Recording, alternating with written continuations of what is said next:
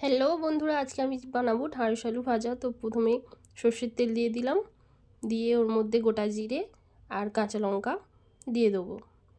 এর মধ্যে দিয়ে দেবো ঢ্যাঁড়স, কেটে রাখা ঢ্যাঁড়স আর আলুটা দিয়ে দিলাম। দিয়ে ভালোভাবে নাড়াচাড়া করে নেব। একটু ভাজা ভাজা হয়ে গেছে, এর মধ্যে দিয়ে দেবো স্বাদ মতো লবণ আর হলুদের গুঁড়ো।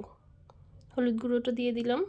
এর ভালোভাবে ভাজা ভাজা হয়ে গেলে এর মধ্যে দিয়ে দেবো কুচানো পেঁয়াজ। পেঁয়াজটা দিয়ে হালকা নাড়াচাড়া করব।